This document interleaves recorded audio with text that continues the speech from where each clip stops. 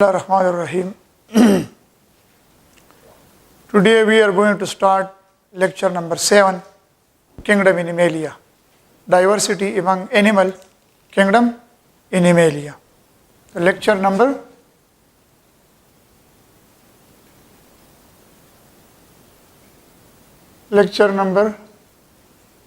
7,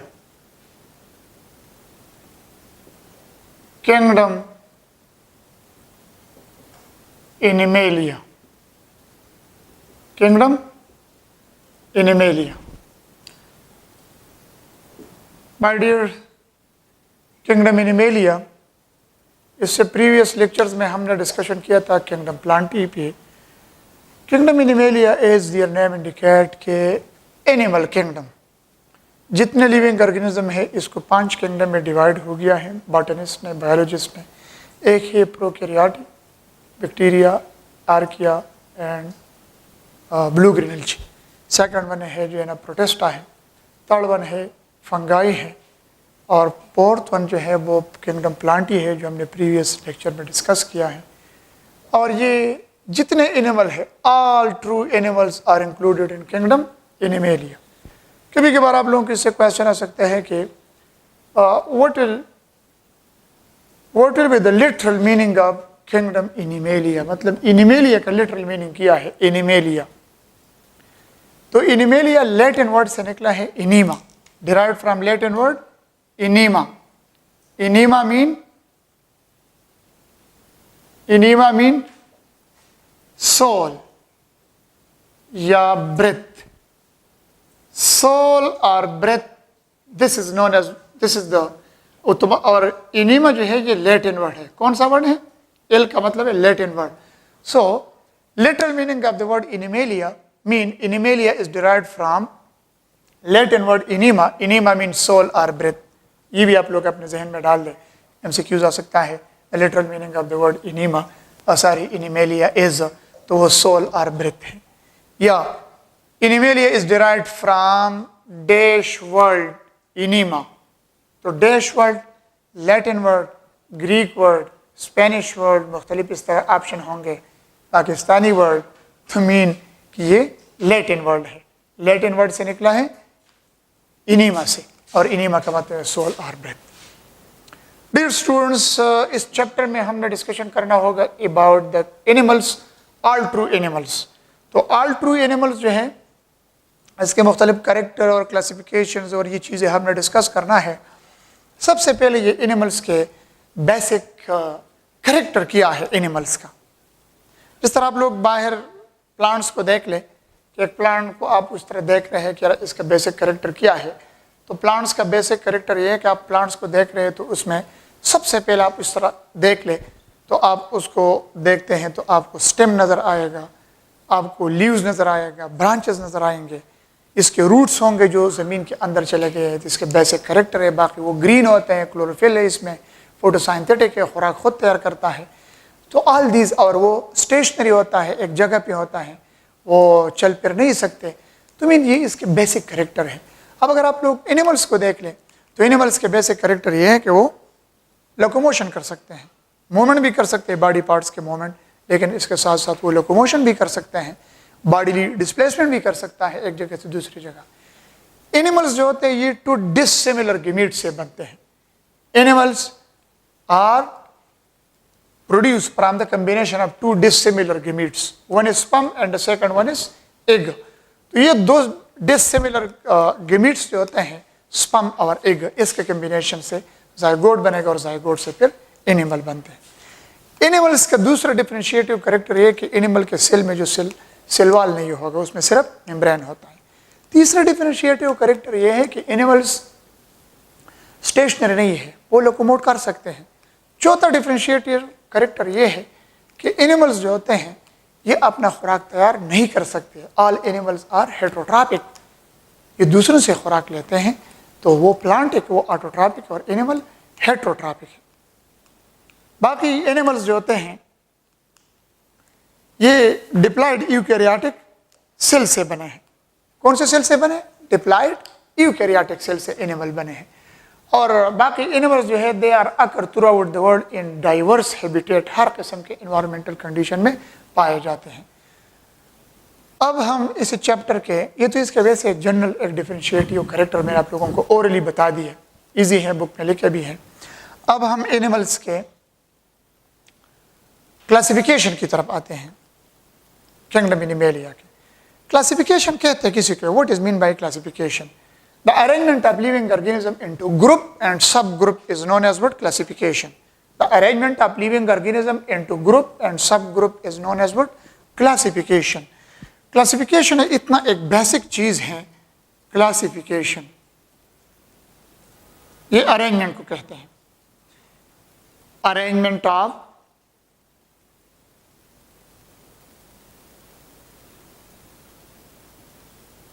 इधर में generalise definition लिखते हैं, लिविंग ऑर्गेनिज्म। आप एनिमल भी लिख सकते हैं, प्लांट भी लिख सकते हैं, या माइक्रोब भी लिख सकते हैं, into group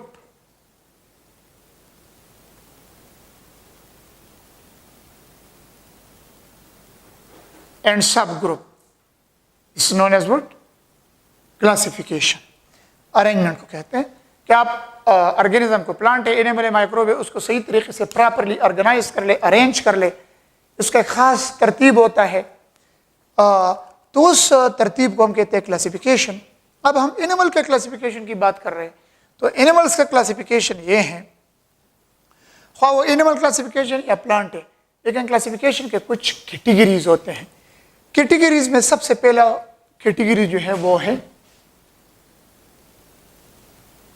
kingdom, the largest units, इसको आप लोग कहते हैं units of classification, units of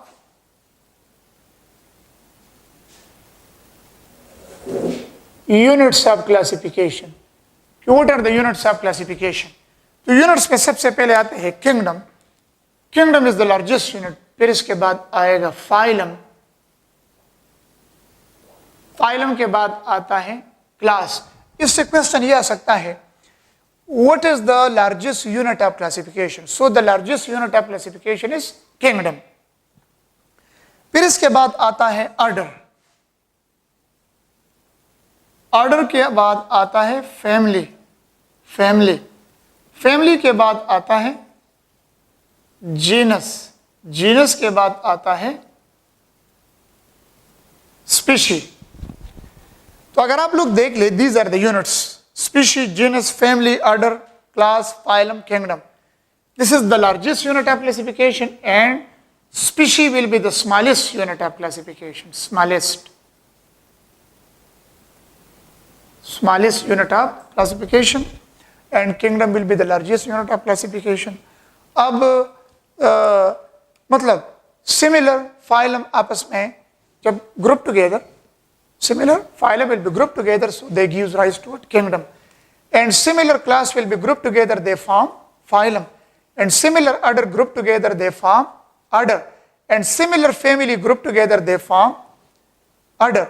और इसी तरह बहुत सारे जीनस जब आपस में थोड़ा बहुत सिमिलरिटी रखते हैं तो उससे फैमिली बनेगा, और फिर सिमिलर स्पीशीज जब आपस में कंबाइन होंगे तो इससे जीनस बनेगा। मतलब species, similar species form genus, similar genera form family, similar family form order, order form into class, class form into phylum, and similar phylum form kingdom. तो किंगडम लार्जेस्ट यूनिट है और species जो है ये smallest unit है। लेकिन एक चीज इसमें माय डियर स्टूडेंट्स ये याद रख ले कि स्पीशी जो है, स्पीशी एक स्पीशी दूसरे से मुख्तलिफ होता है। अगर क्लोजली रिलेटेड स्पीशी है लेकिन फिर भी वो एक दूसरे से मुख्तलिफ होता है, और एक स्पीशी का मेंबर दूसरे स्पीशी के मेंबर से इंटरब्रीडिंग यानी सेक्सुअल मैटिंग प्रोसेस नहीं कर सकता, और अगर mating process sexual intercourse interbreeding कर भी ले तो उसके बच्चे पैदा नहीं हो सकते, और अगर बच्चे पैदा भी हो जाए तो वो बच्चे फर्टाइल नहीं होंगे, इनफर्टाइल होते हैं फिर, यानी फिर वो बच्चे अपने बच्चे प्रोड्यूस नहीं कर सकते। आप लोग कहेंगे कि सर ये किस तरह कि एक स्पीशी दूसरे से मुख्तलिफ है। अब सपोज देखिए इंसान है, इंसान अगर वो मुस्लिम है या हिंदू है, क्रिश्चियन है, वॉट एवर में भी, जो भी मुस्लिम है पूरे दुनिया में, और जो भी क्रिश्चियन है, जो भी हिंदू है, वट एवर में भी, लेकिन इंसान एक स्पीशी है। मज़हब के लिहाज से जो भी है, लेकिन इंसान एक स्पीशी है। इसी तरह मंकीज़ है, मंकीज़ अलहदा स्पीशी है। गोट्स है, वो अलहदा स्पीशी है। इस तरह शीप है, शीप अलहदा स्पीशी है। तो जब शीप अलहदा स्पीशी है तो क्या शीप गोट ये आपस में सेक्सुअल इंटरब्रीडिंग कर सकते? नहीं कर सकते, क्योंकि ये दो डिफरेंट स्पीशी होते हैं। इसी तरह हार्स है, हार्स और डंकीज को अगर आप लोग देख ले तो हार्स और डंकी तकरीबन एक जैसे होते हैं।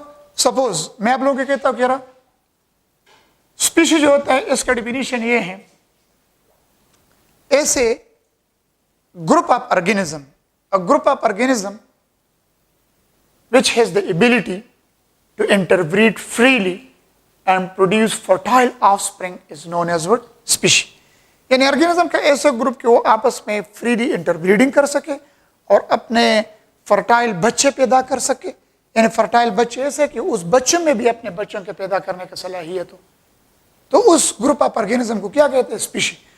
जिस तरह इंसान है, इंसान जो है एक स्पीशी है। इंसान आपस में जो है ना ये सेक्सुअल इंटरकोर्स, इंटरब्रीडिंग कर सकते, किसी अदर ऑर्गेनिज्म के साथ नहीं कर सकते। और लेकिन एक मेंबर जो है, one member of A species can not interbreed with the member of another species. Interbreeding नहीं कर सकते। जिस तरह डंकीज है, वो किसी गाय के साथ तो इंटरब्रीडिंग नहीं कर सकता, और अगर कर भी ले तो बच्चे तो पैदा नहीं कर सकते। और अगर बच्चे पैदा भी हो जाए खुदा ना खास्ता तो वो फर्टाइल फिर नहीं होंगे। इस तरह फॉर एग्जाम्पल मैं एग्जाम्पल देता हूं, horse,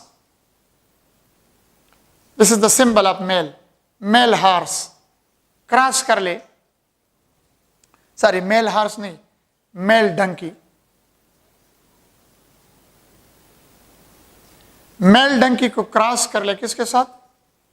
this is the symbol of female, female horse.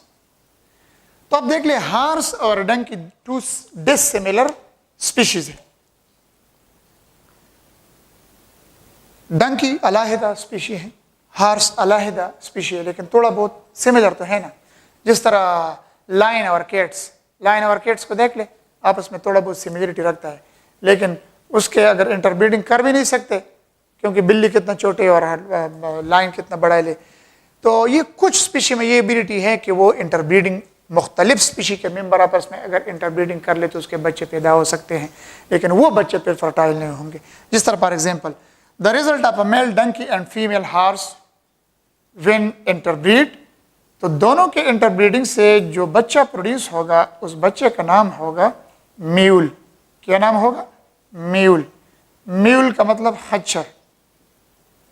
अब खच्चर आप लोगों ने देखा होगा, खच्चर जो है इसके बच्चे पैदा नहीं हो सकते, ये बच्चे पैदा नहीं कर सकते। रीजन इसका ये है, it will be the combination of to dissimilar species. यार डंकी अलहदा स्पीशी है, हार्स अलहदा स्पीशी है। अब आप लोगों के ज़हन में ये क्वेश्चन होगा, अगर आप लोगों के एमसीक्यूज आ गया, the offspring of a male donkey and female horse is, MCQs note कर ले, the offspring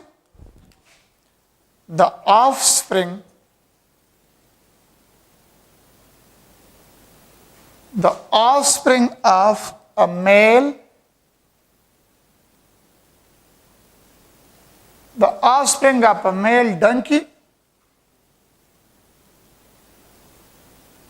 and female horse is, इसका आंसर क्या है? म्यूल। ऑप्शन बी हेनी, ऑप्शन सी बोथ। अब बताएं स्टूडेंट्स, इसमें कौन सा ऑप्शन ठीक है?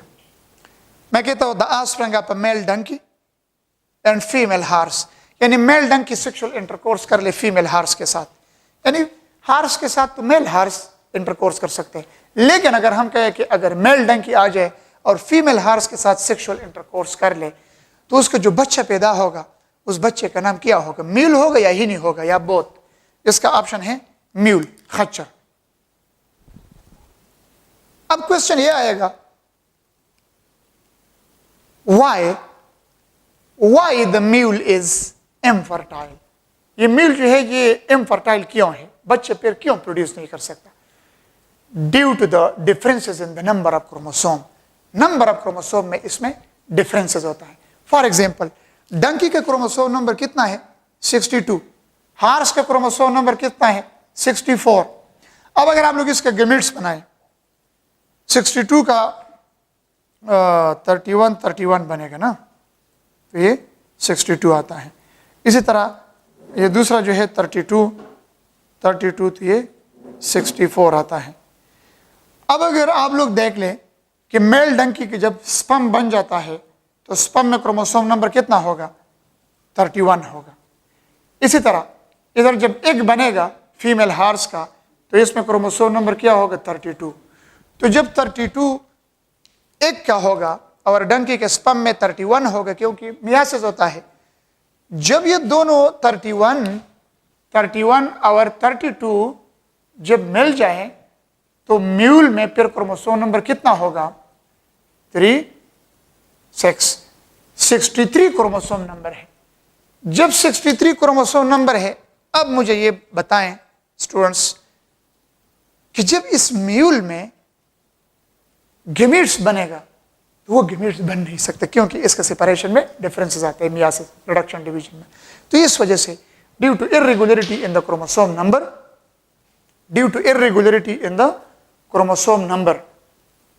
there will be irregularity in the chromosome number. Due to irregularity in the chromosome number, the male will be infertile and they cannot produce their offspring. So that is all about this. कि मतलब why one member of a species cannot interbreed with the member of another species, and if why cannot interbreed? Because naturally they are differ from each other and they cannot, different species के member एक दूसरे को attract नहीं कर सकते. Same member, इसमें hormone secretion भी एक फिनोमेना है जिसकी वजह से अट्रैक्ट होता है. ठीक है, और that is all about this. हाँ, मैंने एक वर्ड लिखा है हिनी की यह चीज़ है. जिस तरह मैंने लिखा है male donkey female horse, the result will be mule. लेकिन अगर ये चीज़ मैं उल्टा लिख लो इस तरह, फीमेल डंकी क्रॉस कर ले मेल हार्स के साथ. किसके साथ? Male horse. यानी मेल हार्स आ जाए और वो सेक्सुअल इंटरकोर्स कर ले फीमेल डंकी के साथ. खच्चर के केस में तो मेल डंकी होगा और फीमेल हार्स होगा. लेकिन जब फीमेल डंकी है और उसके साथ इंटरकोर्स कर ले मेल हार्स, जो बच्चा बन जाए उस बच्चे का नाम होगा हिनी. तो हिनी में भी सेम क्रोमोसोम नंबर वही होगा 63. ये भी इनफर्टाइल होगा. Is it clear? That is all about the discussion about the species. अब हम आते हैं इसी किंगडम एनिमेलिया के डिटेल क्लासिफिकेशन की तरफ. किंगडम एनिमेलिया को हम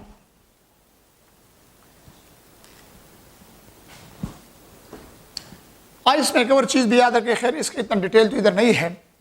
एक तो क्लासिफिकेशन है और एक होता है नॉमेनक्लेचर. नॉमेनक्लेचर ये है कि the arrangement of to assign scientific name to animals or plants is known as what? Nomenclature. इसी वजह से सपोज एक इलाके में हर एक लोकल ज़ुबान में हर एक एनिमल का अपना अपना नाम इस्तेमाल किया जाता है. जिस तरह हम कहते हैं लोकली लोग पश्तो लैंग्वेज में काऊ को कहते हैं वा, बकरी बिजा, गड़ा. अब ये वर्डिंग जो है with in the country, suppose आप पंजाब चले जाए तो पंजाब में वो लोग काऊ को लोकल ज़ुबान में उन लोगों का पंजाबी में अपना नाम है, या उर्दू में वो गाया कहते हैं. तो चलो हमारे मुल्क पे तो गाया उर्दू लैंग्वेज ये तो नेशनल लैंग्वेज है हमारे मुल्क का, तो इसमें तो हमें याद है. लेकिन वो लोग अपने पंजाबी लैंग्वेज में और नाम कहते हैं. इस तरह सिंधी और नाम, बलूची और नाम कहते हैं. तो इस कंफ्यूजन को ख़त्म करने के लिए साइंटिस्ट ने, और थ्रू आउट द वर्ल्ड अगर आप देख ले, थ्रू आउट द वर्ल्ड ये है, आप किसी चाइना चले जाए, अमेरिका, फ्रांस, जर्मनी, और आप कहते हैं कि ख्वा, तो वो कहेंगे कि ख्वा क्या चीज़ है, या बिज़ा, गड़ा, ये क्या चीज़ है. लेकिन अगर आप साइंटिफिक नेम से एक चीज को याद कर ले, जिस तरह फिलस ल्यू लाइन को कहते हैं, फिलस डोमेस्टिका केट को कहते हैं। इसी तरह होमोसेपियन इंसान का ज़ुआलॉजिकल नाम है। इस तरह प्लांट्स के बोटानिकल नाम, एनिमल के ज़ुआलॉजिकल नेम। तो ज़ुआलॉजिकल नेम अगर आप कहें तो वो throughout the world recognise है। To assign scientific name to plants and animal, that is known as what? Nomenclature। ठीक है, नॉमेनक्लेचर जो है ये इंट्रोड्यूस किया था सबसे पहले कैरोलस लिनस ने। अच्छा जी, अब हम इस एनिमल्स को क्लासिफाई करते हैं। Classification of animal on the basis of classification of animals on basis of vertebral column। Vertebral column के बेस पे हम एनिमल को सबसे पहले, ये याद रखें, ये वाला लेक्चर जो है किंगडम एनिमेलिया का, इससे ये पूरा चैप्टर आप लोगों को याद हो जाएगा इंशाल्लाह, क्योंकि ये बेसिक लेक्चर है। इस लेक्चर के बगैर आप लोग किंगडम एनिमेलिया लेक्चर नंबर 7 में हमने किंगडम एनिमेलिया डिस्कस करना है, और किंगडम एनिमेलिया है चैप्टर नंबर 9 है। ये किंगडम एनिमेलिया चैप्टर नंबर 9 है, किंगडम एनिमेलिया। तो previous lecture 6 lecture kingdom Plantae के, और ये कंटिन्यूअसली लेक्चर नंबर 7 अब आ रहे, इसमें हमने किंगडम एनिमेलिया चैप्टर नंबर 9 को डिस्कस करना है। तो ये जो चीज़ें मैं अभी कर रहा हूँ, ये इस चैप्टर के लिए आगे आप लोगों के लिए बहुत फ्रूटफुल साबित होगा। इसके बगैर आप लोग इस चैप्टर को बहुत मुश्किल से समझ आएंगे आप लोगों को। तो कोशिश कर ले कि ये आप लोगों को याद है। On the basis of vertebral column, all animals are categorized into two. One is the invertebrate.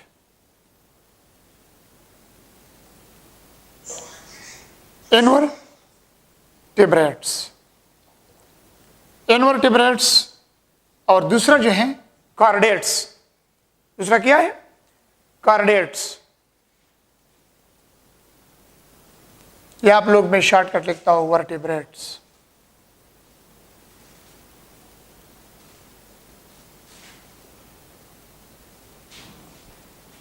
Invertebrate वो एनिमल्स होते हैं जिसमें वर्टिब्रल कॉलम नहीं होता, बैकबोन नहीं होता, इनवर्टिब्रेट्स। इसमें हैविंग नो वर्टिब्रल कॉलम, इसमें आता है फाइलम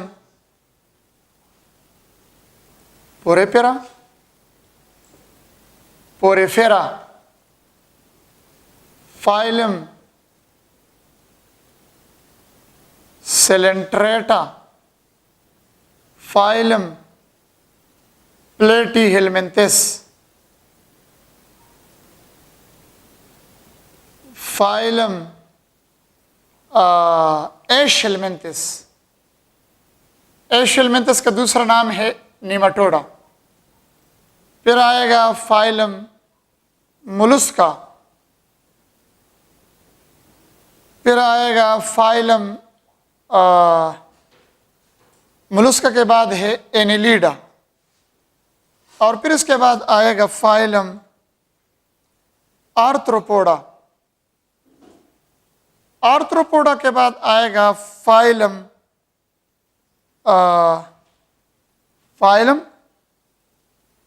इकाइनोडर्मेटा,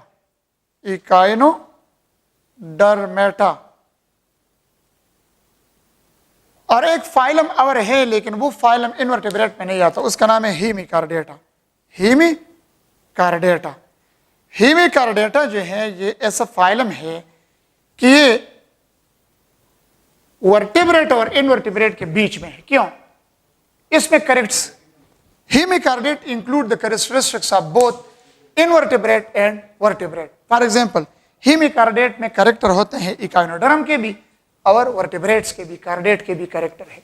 ठीक है, तो मैंने तो खैर इस तरह लिखे वर्टिब्रल कॉलम के बेस पे, ये तो हमने वर्टिब्रेट इनवर्टिब्रेट, लेकिन एक्चुअली अगर मैं इसको कार्डेट लिख लो, कार्डेट, ये फिर डिटेल में आएगा कार्डेटा। कार्डेटा को फिर हम फर्दर डिवाइड करते हैं इनटू 2। एक का नाम है प्रोटोकार्डेटा या एक्रेनिएटा, जिसमें क्रेनम नहीं होता, कूपली। दूसरा जो होता है क्रेनिएटा, जिसमें क्रेनम होता है, खोपड़ी होता है। एक्रैनिएटा के फर्दर 2 डिवीजन है, यूरोकार्डेट चैप्टर में आगे हैं, और सिफेलोकार्डेट। ठीक है। क्रेनिएटा जो है इसमें क्रेनम होता है। क्रेनिएटा का दूसरा नाम है वर्टिब्रेट। इसका दूसरा नाम क्या है? वर्टिब्रेट। ये फर्दर डिवाइड हो गया है इनटू 5 क्लासेस। 5 क्लासेस। वो 5 क्लासेस है, पाइसिस, फिश, एम्फेबिया, फ्रॉग वगैरह, सैलमेंडर, रेप्टाइल्स, बर्ड्स या एविस कहते हैं, और मैमल्स। ये मैंने जो कुछ लिख लिया, ये इतना बेसिक चीजें हैं कि आप लोगों को आगे एमसीक्यूज, ये इसी तरह आप लोगों को याद हो तो तब आप लोग इसके एमसीक्यूज कर सकते हैं। फॉर एग्जाम्पल मैं आप लोगों से क्वेश्चन करता हूं, अगर आप लोगों को ये फाइलम, पुरेपिरा, इस तरह ये सारे चीजें बाइफर्केशन याद नहीं है, केरा, पुरेपिरा है, सिलेंट्रेटा है, प्लेटिलमेंथिस है, एशियलमेंथिस है, मोलस्का है, इनिलीडा है, आर्थ्रोपोडा है, इकाइनोडर्मेटा है, ये सारे इनवर्टिब्रेट है।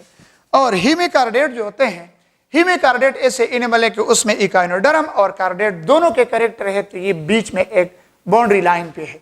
और इस तरह कार्डेट जो होता है, ये जिसमें कार्डेट जो है फर्दर 2 डिवीजन है, एक क्रेनिएटा या इसको प्रोटोकार्डेट भी कहते हैं, प्रोटोकार्डेट। दूसरा जो है क्रेनिएटा या वर्टिब्रेट। तो एक क्रेनिएट जिसमें खोपड़ी नहीं होता, क्रेनम नहीं होता, जिसका दूसरा नाम है protochordate, divide into 2 division, further subdivision, urochordate और सिफेलोकार्डेट। डिटेल आगे आएगा। इसी तरह क्रेनिएटा जो है इसमें क्रेनम होता है, खोपड़ी, जिस तरह हमारे ये खोपड़ी गाय, भैंस, शीप, गोट, इसका भी खोपड़ी होता है। तो क्रेनिएटा जो होता है वर्टिब्रेट, इसमें ट्रू वर्टिब्रल कॉलम है। ये पाइसेस हैं, फिश, एम्फीबिया, रेप्टाइल, बर्ड्स और मैमल। इस चैप्टर में ये जितनी चीजें मैंने इधर मेंशन किया इनवर्टिब्रेट के, पुरेपिरा से लेकर इकाइनोडर्मेटा तक, और फिर इसी तरह urochordate, cephalochordate, Pisces, Amphibia, reptile, birds, mammal, these are the discussion which will be discuss all these thing in this chapter. अब जनाब इस तरह है कि ये तो मैंने आप लोगों को इसका क्लासिफिकेशन बता दिया। अब on the basis of cellular organisation, ये जितने कार्डेट्स है और जितने इनवर्टिब्रेट्स है, सारे एनिमल को, ये तो मैंने सिर्फ वर्टिब्रल कॉलम के बेस पे ये क्लासिफिकेशन किया, लेकिन अब एक और बेस पे हम सारे एनिमल को क्लासिफाई करते हैं। केरा वो किस तरह? Classification on the basis of cellular composition, कि सेलुलर लिहाज से सारे animal on the basis of cellular composition किस तरह है। ये मैंने मेन चीज once again, classification of animal on the basis of vertebral column, ये इस बेस पे आए हैं। अब मैं क्वेश्चन सेकंड ये कर रहा हूं, classification of animal, classification of animals on basis of what? Cellular organization. Cellular organization. Dear students, remember cellular organization, यानी cellular organization के लिहाज से एनिमल कितने कैटेगरी में है, ये मैं डिवाइड करता हूं 3 कैटेगरी में। पहला कैटेगरी होगा protozoa, protozoa, this is 1 category. Second category होगा मेटाजोआ, मतलब बेसिक 2 कैटेगरी, प्रोटोजोआ और मेटाजोआ। सेलुलर ऑर्गेनाइजेशन पे एनिमल जो है 2 कैटेगरी है, प्रोटोजोआ और मेटाजोआ। प्रोटोजोन जो है ये यूनिसेलुलर है, यूनिसेलुलर, और मेटाजोन जो है ये मल्टीसेलुलर है। अब एक एमसीक्यूज इधर एराइज होगा, अगर आप लोगों को जनरल एमसीक्यूज आ गया, एनिमल्स आर, चलो क्वेश्चन में पुट अप करता हूं, ये मेंशन करता हूं, एनिमल्स आर, फिर इसके बाद ऑप्शन है नीचे शॉर्टकट एमसीक्यूज है, simple multicellular, simple multicellular, complex multicellular,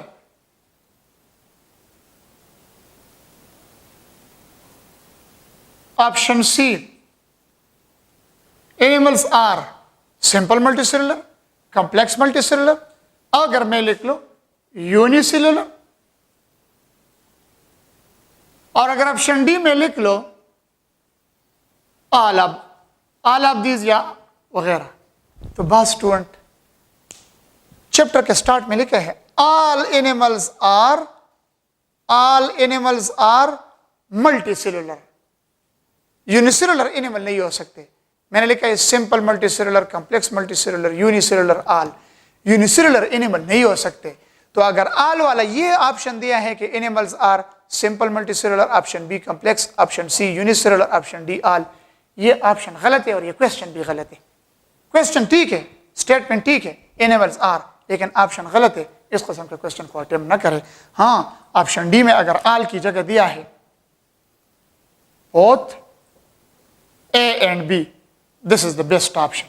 यानी कुछ एनिमल सिंपल मल्टीसेलुलर है और कुछ एनिमल कॉम्प्लेक्स मल्टीसेलुलर है, यूनिसेलुलर एनिमल नहीं है। तो अब आप लोग जहन में याद रख ले कि ये प्रोटोजोआ जो है, इसमें अमीबा है, एंट अमीबा है, पैरामीशियम है, ये सारी चीजें, ये किंगडम एनिमेलिया से बायोलॉजिस्ट सेपरेट करके इसको किधर ले गया है? चैप्टर नंबर 7 में जो किंगडम प्रोटेस्टा है, ये प्रोटेस्टा में डाला है। ये से एम्बिगुअस चीजें, उसको ट्रेशकेन कहा जाते, उसे किंगडम का नाम चैप्टर 7 का ट्रेशकेन है। तो ये ट्रेशकेन में पुट अप किया है। Which of the following is separated from kingdom Animalia and put up या putted in kingdom Protista? तो फिर आप लोगों को याद है कि ये प्रोटोजोआ है। प्रोटोजोआ में अमीबा वगैरह, पैरामीशियम, ये चीज़ें शामिल है। मलेरियल पैरासाइट, क्या है उसका नाम, प्लाज्मोडियम वगैरह। ठीक है, चैप्टर 7 में हमने किया है। तो प्रोटोजोन इधर से पुराने ज़माने में कोर्स में ये था, लेकिन अब किंगडम एनिमेलिया से ये सेपरेट किया। अब ये एनिमल्स में नहीं है, प्रोटोजोआ नहीं है। यानी इसका मतलब ये होगा कि यूनिसेलुलर एनिमल है नहीं। एनिमल्स अगर है तो वो मल्टीसेलुलर है। ठीक है, अब ये मेटाजोन जो है further categorise into 2, Parazoa, Parazoa, Eumetazoa, Parazoa और यूमेटाजोआ। अब जनाब याद रख ले, पैराजोआ जो है ये सिंपल मल्टीसेलुलर है। पैराजोआ क्या है? Simple multicellular, simple multicellular, multi मैंने लिख लिया, मल्टी का मतलब मल्टीसेलुलर, और यूमेटाजोआ का मतलब है कॉम्प्लेक्स, कॉम्प्लेक्स मल्टीसेलुलर। अब आप लोगों के ज़हन में क्वेश्चन होगा, वंस अगेन कंफ्यूज नहीं होना, classification of animal on the basis of cellular organisation. मैं लिखता हूं प्रोटोजोआ, पहले जमाने में इस तरह था, प्रोटोजोआ भी एनिमल में था, प्रोटोजोआ और मेटाजोआ। तो प्रोटोजोआ तो यूनिसेलुलर है, यूनिसेलुलर एनिमल में है नहीं। ज़ूलॉजिस्ट ने फिर इसको सेपरेट किया है एनिमल से, किंगडम प्रोटेस्टा में डाला है। तो ये प्रोटोजोआ तो अब किंगडम एनिमेलिया में नहीं है, दे आर एक्सक्लूडेड, और उधर ले गए चैप्टर 7 को। तो all animal are multicellular, they are known as what? Metazoan. फिर मेटाजोन जो है further categorise into 2, Parazoa, Eumetazoa. Parazoa का मतलब है सिंपल मल्टीसेलुलर, यूमेटाजोआ का मतलब है complex multicellular. Question, simple multicellular वो एनिमल्स होते हैं कि जिसमें सेल्स बहुत ज्यादा होते हैं, multicellular, but their body cell are not organised into tissue and organ. है multicellular, but their body cells are not organized into tissue and organ. So from this reason it is known as what? Simple multicellular. Simple multicellular आप लोगों के साथ Parazoa. इसका example कौन सा है? Example इसका सिर्फ एक है। For example phylum Porifera, Porifera. मैंने इधर जो फाइलम दिए हैं, जो क्लासिफिकेशन किया था, इसमें देख ले, पोरेफेरा है ना। पोरेफेरा का दूसरा नाम है स्पॉन्जेस। क्या नाम है? स्पॉन्जेस। तो ये पहला फाइलम जो है पुरेपेरा, वाहिद एक एनिमल है पुरेपेरा। पुरेपेरा फाइलम पुरेपेरा के एनिमल जो है ये सिंपल मल्टीसेलुलर है, यानी पुरेपेरा के एनिमल में सेल बहुत ज्यादा है, but all the cells are not organised to form tissue and organ. Tissue और ऑर्गन नहीं बनाते, वो सारे के सारे सेल इंडिपेंडेंट होता है और अपना फंक्शन परफॉर्म करता है, मतलब है अटैच, लेकिन टिश्यू ऑर्गन में कन्वर्जन नहीं होता। हर एक सेल इंडिपेंडेंटली अपना काम खुद सरंजाम करता है, लेकिन tissue organ organisation totally absent होता है। अब इसमें एमसीक्यूज है, which of the following animal are generally known as parazoa? Which of the following animal are generally known as parazoa? उसका ऑप्शन क्या है? ऑप्शन में दिया होगा Protozoa, Metazoa, Parazoa, Eumetazoa. Which of the following is known as simple multicellular? तो वो Parazoa है। या what is the example of parazoa? MCQs, what is the example of parazoa? तो example of parazoa में फिर आप लोगों को ऑप्शन दिया होगा पुरेपेरा है, सिलेंट्रेट है, प्लेटिलमेंथिस है, ऑल ऑफ दीज है वगैरह, इस तरह क्वेश्चन। तो उसमें आंसर क्या होगा? पुरेपेरा। अब यूमेटाजोआ कम्प्लेक्स मल्टीसेलुलर ये है कि इसमें body, their body cell are organised into tissue and organ system well develop. तो इसमें एग्जांपल क्या है? एग्जांपल इधर देख लेना। पुरेपेरा तो मैंने पुट अप किया, एग्जांपल किसका?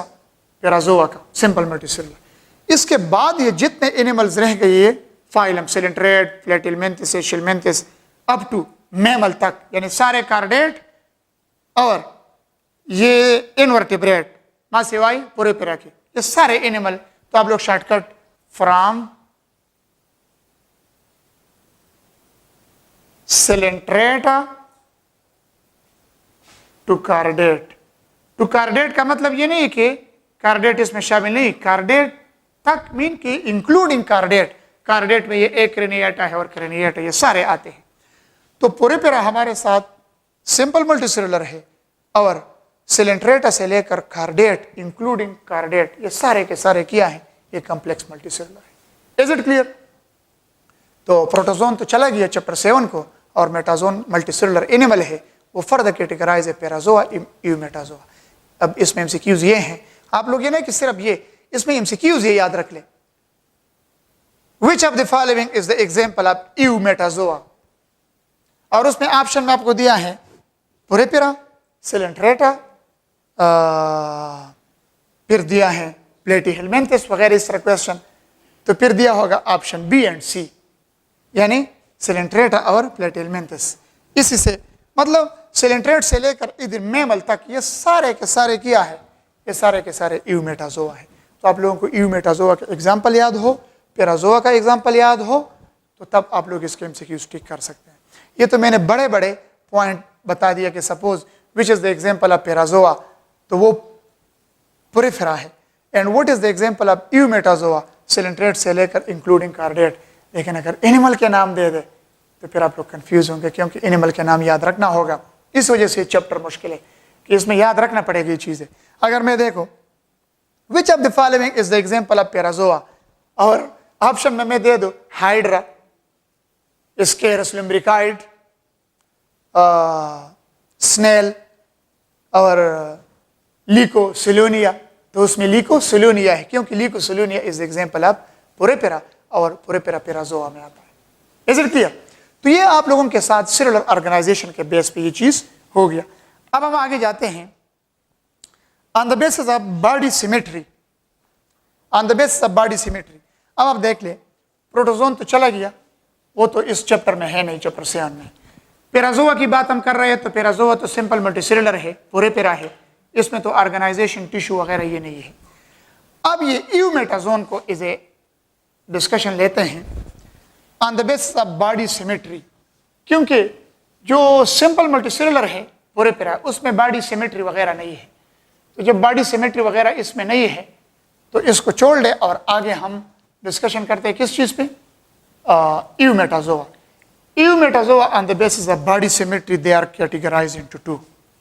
They are categorized into two. One is radiata and the second one is,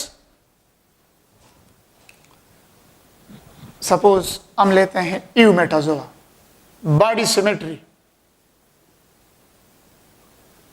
on basis on basis of body symmetry. Body symmetry के बेस पे ऑल एनिमल हम कितने में डिवाइड करते हैं? बॉडी सिमेट्री के बेस पे रेडिएटा दो कैटेगरी में, रेडियली सिमेट्रिकल एनिमल और shortcut Radiata, Bilatera, Bilateria, Radiata, Radiata, Bilateria. You can say bilateria mean bilaterally symmetrical animal or radially symmetrical animal. Radially symmetrical animal है, body can be divided in this case. गौर से सुन ले my dears, radially symmetrical या radiata का मतलब ये है those animal the body of which can be divided into two equal wholes by more than one plane. For example, consider ये circle है, इसको एक सपोज मैं इसको डिवाइड करता हूं इस तरह, सेंटर में मैंने डिवाइड किया इस तरह। अब सपोज कोई और बंदा आ गया, सपोज क्यूसीए का एडमिनिस्ट्रेटर आ गया, इब्राहिम खलील आ गया और उसने उसको डिवाइड किया कि नहीं मैं इस तरह डिवाइड करता हूं, इस तरह भी इक्वल, ये ऊपर वाला पोर्शन अलहदा डिवाइड हो गया, नीचे वाला अलहदा डिवाइड हो गया, तो ऊपर वाला दो इक्वल हाल में डिवाइड हो गया। फिर कोई और बंदा आता है, सपोज फॉर एग्जांपल सर इजहार आ गया, वो कहते कि नहीं इस सर्कल को मैं इसी तरह डिवाइड करता हूं, बिल्कुल इक्वल हाल में, नीचे वाला हिस्सा और ऊपर वाला हिस्सा। एक और बंदा आ गया, फॉर एग्जांपल प्रोफेसर खानियाज आ गया, उसने इस तरह डिवाइड किया। तो मीन एनी हाउ आप जिस एंगल से आते हैं और इसको डिवाइड करना चाहते हैं तो दो इक्वल हाल में डिवाइड हो सकता है। सो those animal the body of which can be divided into two equal wholes by more than one plane is known as what? Radially symmetrical animal. अब ये कौन से एनिमल, इसका एग्जाम्पल बताएं। एग्जाम्पल इसका है सिलेंट्रेटा, इकाइनोडर्मेटा, इकाइनोडर्मेटा। अब ये देखिए ये एग्जाम्पल जो मैं दे रहा हूं ये पहले से आप लोगों को याद होगा ना, फाइलम्स वगैरह के नाम। सिलेंट्रेटा के जितने एनिमल्स है ये रेडियली सिमेट्रिकल एनिमल है। मैंने आप लोगों को कहा पैराजोआ सिमेट्री नहीं है, उसका एसिमेट्रिकल एनिमल है। Which of the following is asymmetrical? Parazoa. Which of the following is symmetrical animal? Eumetazoa. फिर सिमेट्री फिर दो किस्म का है, रेडियली सिमेट्रिकल, बाइलेटरली। अब क्वेश्चन, ये चीज भी है, इसमें एक छोटा सा पॉइंट आप लोग याद रख लें। इकाइनोडर्म का जो लार्वा होता है, लार्वा का मतलब है immature form, immature form of an animal is known as what? Larva. Echinoderm का लार्वा बाइलेटरल होता है, लेकिन जब वो एडल्ट में कन्वर्ट हो जाए तो फिर वो क्या बनेगा? Radially symmetrical. ये भी बेहतरीन एमसीक्यूज है। The larvae of which one animals is bilaterally symmetrical in early stage, their larvae are radially symmetrical, bilaterally symmetrical. The larvae of which one animal is bilaterally symmetrical and their adult will be radially symmetrical? Answer will be Echinoderm. Echinoderm का larva जो है वो bilateral है, लेकिन जब वो larva adult में convert हो जाए तो वो रेडियली में कन्वर्ट हो जाता है। Is it clear? फिर bilateral, those animal the body of which can be divided into two equal halves. For example, ऐसे animals, for example आप लोग इंसान को ले ले और consider कोई anyhow human है, ये human आप लोगों ने बनाया और इसके ऊपर for example ये पाँव है वगैरह इस तरह, ठीक है। हम तो कोई वो फाइन आर्ट्स पर नहीं है कि हम कोई सही उसी तरह इंसान बनाए, लेकिन रफ एक स्केच में आप लोगों को दे रहा हो कि फॉर एग्जांपल ये एक ह्यूमन बॉडी है, इन्हें हाउ कोई होगा। और अब आप लोग देख ले, इस ह्यूमन बॉडी को मैं मतलब इंसान का ये बॉडी या इन्हीं अदर एनिमल का बॉडी अल्लाह ने इस तरह अरेंज किया है कि सपोज आप लोग दो इक्वल हाल में डिवाइड करना चाहते हैं तो ये सिर्फ एक इमेजिनरी लाइन पे ये डिवाइड होता है। एक इमेजिनरी लाइन ये है, इसी तरह आप लोग डिवाइड कर ले तो मतलब एक टांग, एक हाथ पूरा और सारा बॉडी पार्ट्स बिल्कुल, अगर इसी एक इमेजरी लाइन से आप लोग इधर उधर हो गए तो फिर दो इक्वल हाल में डिवाइड नहीं हो सकता. So mean those animal the body of which can be divided into two equal whole by only one plane is known as what? Bilaterally symmetrical animal is known as bilaterally symmetrical animal. Bilaterally symmetrical animal are those animal the body of which can be divided into two equal whole by only one plane. अब इसका example बताएं. Radiator का तो example coelenterate echinoderm है. इसका example क्या होगा? आसान बात है. इसका एग्जाम्पल मैं आप लोग कहता हूं फ्रॉम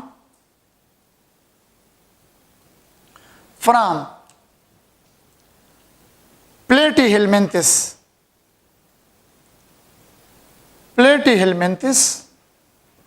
टू कार्डिएट.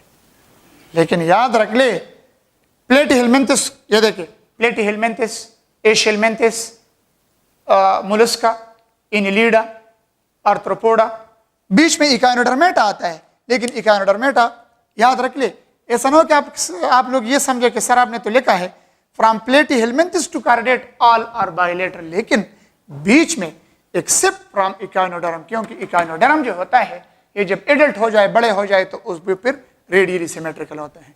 बाकी प्लेटिहेलमिन्थिस से लेकर ऑनवर्ड कार्डिएट तक ये सारे के सारे बाइलेटरली सिमेट्रिकल एनिमल होते हैं. Is it clear? अब एक और चीज याद रख लीजिए, तो बॉडी सिमेट्री हो गया. तो पैराजोआ एसिमेट्रिकल है और यूमेटाजोआ सिमेट्रिकल है. फिर यूमेटाजोआ दो किस्म के हैं, रेडिएटर रेडियली सिमेट्रिकल और बाइलेटरली सिमेट्रिकल. रेडिएटर का एग्जांपल सिलेंट्रेट और इकाइनोडर्म है, और बाइलेटर का एग्जांपल जो है प्लेटिहेलमिन्थिस से लेकर इंक्लूडिंग कार्डिएट है. अब बॉडी वॉल के बेस पे सारे एनिमल हम डिवाइड करते हैं into two. Body wall, body layer, ये एक होता है डिप्लोब्लास्टिक और एक होता है triploblastic. On basis of body wall, on basis of body wall, all animals are categorized into two. One is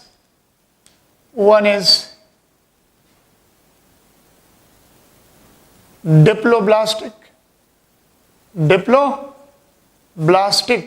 and the second one is triploblastic.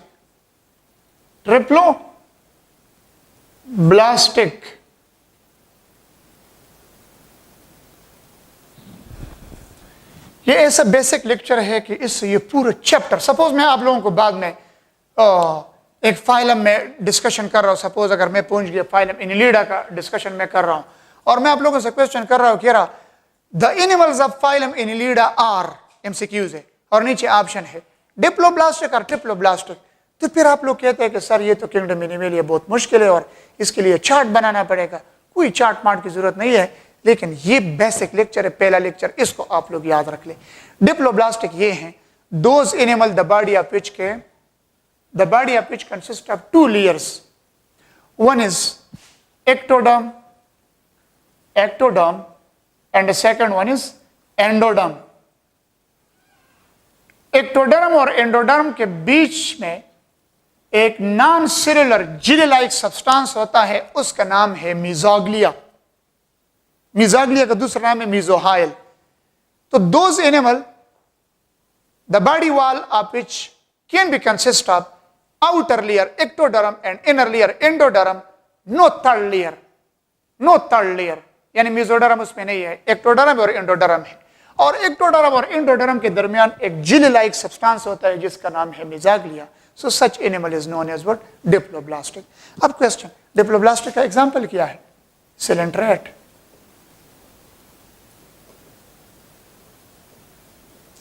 अगर आप लोग कहें कि सर इकाइनोडर्म इसके साथ नहीं आता, नो, इकाइनोडर्म ट्रिप्लोब्लास्टिक में होता है. और ये भी याद रख ले कि ये डिप्लोब्लास्टिक एनिमल जो होता है इसमें टिश्यू ऑर्गन ऑर्गेनाइजेशन होता है, लेकिन इतना well developed tissue organ organisation इसमें नहीं होता.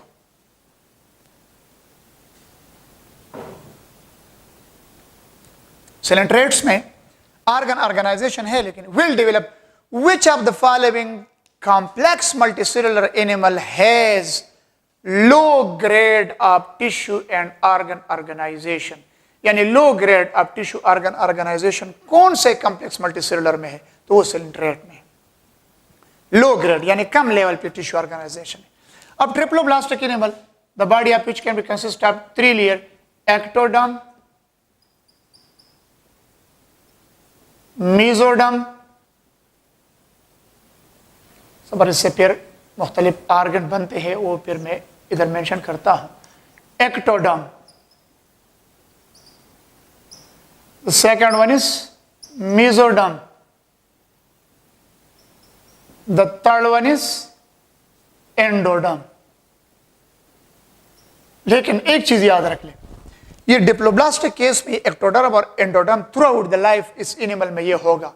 लेकिन जो ट्रिप्लोब्लास्टिक एनिमल है, ट्रिप्लोब्लास्टिक एनिमल में these 3 layer occur only in the embryonic stage।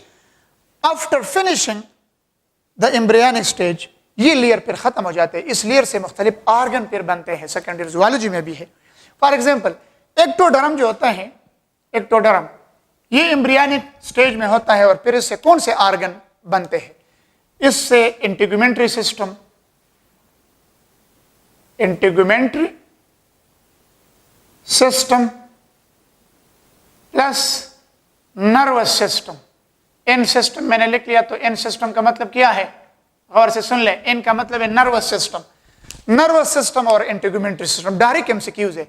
अब इंटीगुमेंट्री सिस्टम क्या है, इंटीगुमेंट्री सिस्टम में ये है, इंटीगुमेंट पूरा स्किन, स्किन के ऊपर हेयर्स, नेल्स, हार्न्स, हमारे तो हार्न्स नहीं है और एनिमल्स के हार्न्स, हूज, गाय भैंसों के जो शूज होते हैं, hooves, horn, hairs, nails, hooves, all these things are integumentary system बनाता है। और nervous system, integumentary system and nervous system develop by या develop from ABCD, ectoderm A, mesoderm B, option C endoderm. Which one is ectoderm, या which of the following is develop from the ectoderm, तो option है integumentary system and nervous system. और आसान काम यह है कि एंडोडर्म से क्या चीज बनेगा, मेसोडर्म को छोड़ ले, ये काम कर ले। Digestive system and 2 gland, 2 large gland, 2 large gland है पैंक्रियाज और लीवर, और दूसरा जो है रेस्पिरेटरी सिस्टम। कौन सा सिस्टम, रेस्पिरेटरी सिस्टम। तो आप लोग याद रख ले कि डाइजेस्टिव सिस्टम और respiratory system, digestive system, respiratory system, ये दोनों बनेगा किस चीज से, एंडोडर्म से। और इसमें ये 2 ग्लैंड भी याद रखें। लेकिन मेसोडर्म जो है, मेसोडर्म से फिर क्या चीज बनेगा, रिमेनिंग जितने सिस्टम है, इसमें एक्सक्रीटरी सिस्टम है, स्केलेटल है, मुख्तलिफ, ये सारे सिस्टम ये मेसोडर्म से बनते हैं। तो इसमें एमसीक्यूज आप लोग याद रख लें। Digestive system and respiratory system in the triploblastic animal are formed by endoderm, या which of the following is formed by endoderm, तो वो डाइजेस्टिव सिस्टम, रेस्पिरेटरी, अगर ये A है और ये B है तो ऑप्शन C होगा, बोथ A एंड B। और रिमेनिंग जितने सिस्टम रह गए वो मेसोडर्म से डेवलप्ड होता है। Is it clear? So this is all about the triploblastic animal. और ट्रिप्लोब्लास्टिक एनिमल में tissue organ organisation will develop होगा। इसमें जो है थोड़ा सा low grade of tissue organ organisation है। अब एक लास्ट पॉइंट इसमें याद रख ले, ये ट्रिप्लोब्लास्टिक एनिमल जो है, कौन सा animal, triploblastic animal. On the basis of body cavity, triploblastic animal can be divided into 3. Last point है इसमें, जनरल पॉइंट में, फिर इंशाल्लाह इस चैप्टर के फाइलम डिस्कस होंगे। तो triploblastic animal on basis of body cavity, on basis of body cavity, body cavity को सीलोम भी कहते हैं। Triploblastic animals are dash type, MCQs बनाए इससे। ऑप्शन है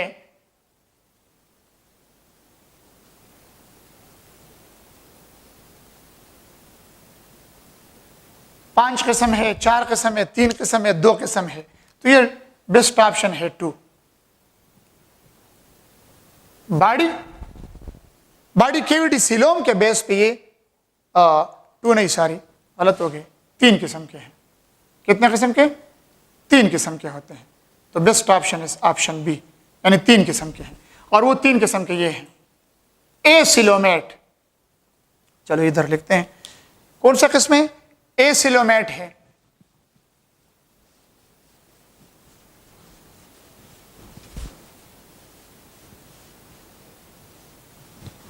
acoelomate, coelomate, सीडोसिलोमेट।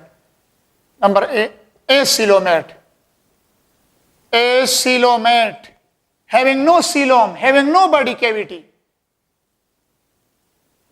no body cavity, जिसमें बॉडी कैविटी नहीं होता। For example Platyhelminthes. Platyhelminthes, Platyhelminthes is the name of the phylum. इसी फाइलम में जितने एनिमल है वो सारे एसिलोमेट है। Which of the following is acoelomate? तो आप लोगों को याद होगा प्लेटीहेलमिन्थस, लेकिन डियर स्टूडेंट्स ये आगे डिस्कशन में आएगा। प्लेटीहेलमिन्थस में जितने एनिमल है, जिस तरह इसमें है मतलब इंसान के इंटेस्टाइन में जो क्या है वो एक कीड़ा है, आगे इसके डिस्कशन में इसका नाम आएगा, लेकिन वेल नोन इसमें है लीवर फ्लूक, फेशियोला हेपेटिका जिसे कहते हैं, फेशियोला हेपेटिका लीवर फ्लूक। दूसरा है प्लेनेरिया। तो इस तरह ये एनिमल के नाम से भी क्वेश्चन हो सकते हैं। प्लेनेरिया इज, प्लेनेरिया इज, और ऑप्शन में नीचे दिया option A acoelomate, option B coelomate, option C होगा सीडोसिलोमेट। तो mean planaria belong to platyhelminthes और प्लेटीहेलमिन्थस एसिलोमेट में है। किस चीज में है? प्लेटीहेलमिन्थस आकर इन द एसिलोमेट। तो जब ये एसिलोमेट में होता है तो मतलब प्लेनेरिया बिलोंग टू एसिलोमेट, तो और प्लेनेरिया जो है ये प्लेटीहेलमिन्थस में है। तो आप लोगों को एनिमल के नाम भी याद होने चाहिए कि कौन से एनिमल जो है ना कौन से फाइलम में होते हैं। ठीक है, इंशाल्लाह आगे डिस्कशन में ये फाइलम में एनिमल के नाम आएंगे। सेकंड वन जो है सीडोसिलोमेट।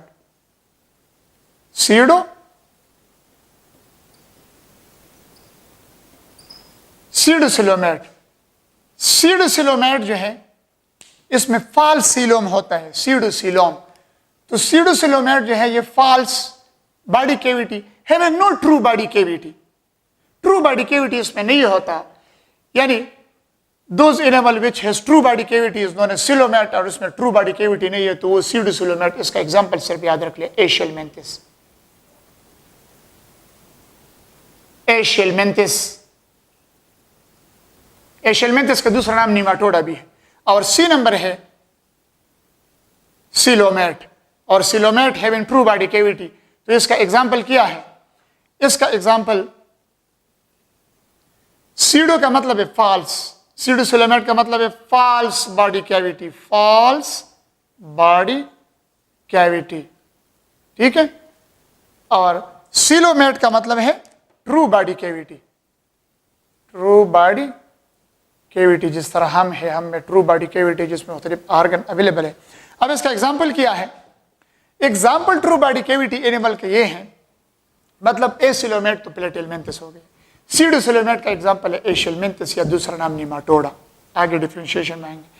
सिलोमेट का एग्जाम्पल जो है एक इसमें आएगा आप लोगों के साथ क्या चीज, सिलोमेट का जो ट्रू सिलोम इसमें होता है, यानी इनिलिडा टू कार्डेटा,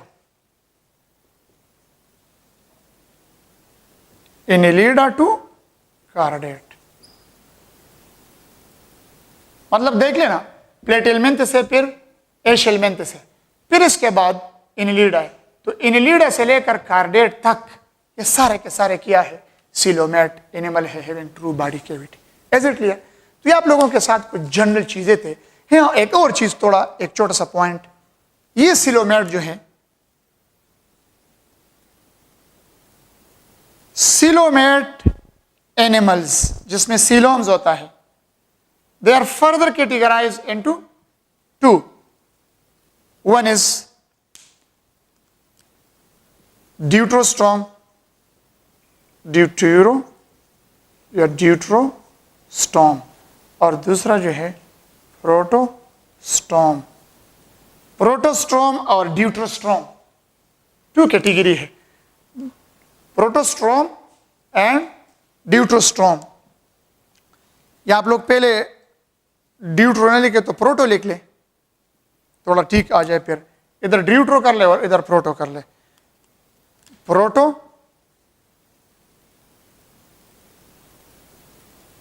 प्रोटोस्ट्रोम और इसका है ड्यूट्रोस्ट्रोम। बस ये लास्ट पॉइंट है जनरल कैरेक्टर में, this is the last point. इसके बाद फिर फाइलम का लेक्चर होगा। तो प्रोटोस्ट्रोम और deuterostome. Protostome, proto mean first, stome mean opening या माउथ। तो ऐसे एनिमल, प्रोटो का मतलब क्या है फर्स्ट, स्ट्रोम का मतलब क्या है माउथ या ओपनिंग। तो ऐसे एनिमल जिसमें ब्लास्टोपोर में जो पहला ओपनिंग होता है, those animal in which the blastophore of the embryo, blastopore of the embryo जो होता है, ब्लास्टोपोर ऑफ एम्ब्रियो, ऐसे एनिमल की इसमें ब्लास्टोपोर ऑफ एम्ब्रियो जो होता है, ब्लास्टोपोर ऑफ एम्ब्रियो से क्या चीज बनता है माउथ बनेगा। क्या चीज बनता है मुंह। और ड्यूट्रो जो होता है इसमें ब्लास्टोपोर से क्या चीज बनता है, इसका जनरल डिफरेंशिएटिव है, ब्लास्टोपोर से क्या चीज बनता है एनस। फिर एक second opening, in which of the following animal the blastopore of the embryo first time they form anus, तो वो है ड्यूट्रोस्ट्रोम में। And in which of the following the blastopore form mouth, वो प्रोटोस्ट्रोम है। दूसरा डिफरेंशिएटिव कैरेक्टर ये याद रख ले, प्रोटोस्ट्रोम में जो ब्लास्टोपोर होता है इससे माउथ बनेगा और ड्यूट्रोस्ट्रोम में इससे एनस बनेगा। सेकंड वन, प्रोटोस्ट्रोम में जो नर्वस सिस्टम है वो वेंट्रल साइड पे होता है, जिस तरह कॉकरोच के डॉर्सल साइड पे नर्वस सिस्टम नहीं होता, वेंट्रल साइड पे, वेंट्रल साइड। दूसरा, प्रोटोस्ट्रोम में नर्वस सिस्टम किस साइड पे होता है वेंट्रल साइड पे। इसके अपोजिट जो होता है ड्यूट्रोस्ट्रोम, ड्यूट्रोस्ट्रोम में नर्वस सिस्टम किस साइड पे होता है डॉर्सल साइड पे होता है। किस साइड पे होगा डॉर्सल साइड पे क्या होगा सेंट्रल नर्वस सिस्टम। अब प्रोटोस्ट्रोम में अगर क्लीवेज होता है, early mitotic division is known as what cleavage, तो क्लीवेज इसका क्या होगा स्पाइरल क्लीवेज होगा। और प्रोटोस्ट्रोम में अगर लार्वा होता है तो लार्वी का नाम क्या होगा trochophore larva. Free ciliated larva is known as what trochophore larva. समझ आ गया। और ड्यूट्रोस्ट्रोम में अगर सेंट्रल नर्वस सिस्टम है वो डॉर्सल साइड पे है, ड्यूट्रोस्ट्रोम में अगर क्लीवेज होता है तो वो रेडियल क्लीवेज होता है। इसमें स्पाइरल क्लीवेज होता है प्रोटोस्ट्रोम में और ड्यूट्रोस्ट्रोम में रेडियल क्लीवेज होता है। Radial cleavage is the character of which of the following deuterostome. Next, इसमें अगर ड्यूट्रोस्ट्रोम में लार्वा है तो लार्वी का नाम है प्लूटस लार्वी, फ्लैटन लार्वी होता है उसका नाम है प्लूटस लार्वी। अब एग्जाम्पल किया है तो प्रोटोस्ट्रोम का एग्जाम्पल मैं मेंशन करता हूं। Example Annelida, इनेलिडा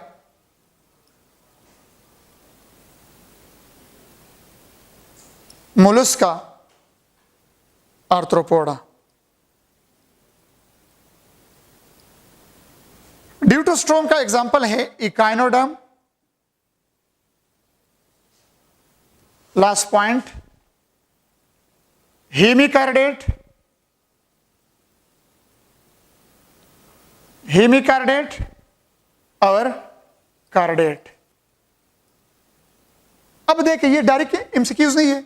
which of the following is the example of deuterostome, echinoderm, hemichordate, chordate. Option D क्या होगा all of these. Which of the following is the example of protostome, तो इनेलिडा, मोलस्का और arthropoda. लेकिन एक चीज याद रख ले, बायोलॉजिस्ट ने इसके बॉडी ऑर्गेनाइजेशन के लिहाज से ये प्लेटीहेलमिन्थिस ऊपर वाले और एशेलमिन्थिस बॉडी कैरेक्टर, बॉडी ऑर्गेनाइजेशन थोड़ा बहुत सिमिलरिटी रखता है प्रोटोस्ट्रोम के जो एनिमल है इनेलिडा और मोलस्का, तो ये भी शामिल करते हैं। लेकिन एक्चुअली टेक्निकली प्लेटीहेलमिन्थिस और एशेलमिन्थिस प्रोटोस्ट्रोम नहीं है, लेकिन बॉडी सिमिलरिटी की वजह से इसी में पुट अप करते हैं। तो ये जो लेक्चर मैंने आप लोगों को आज दिया, टोटली ये जनरल डिस्कशन था इस चैप्टर का। इंशाल्लाह कल से हम नेक्स्ट लेक्चर में इंशाल्लाह हम डिस्कशन करेंगे मुख्तलिफ फाइलम पे।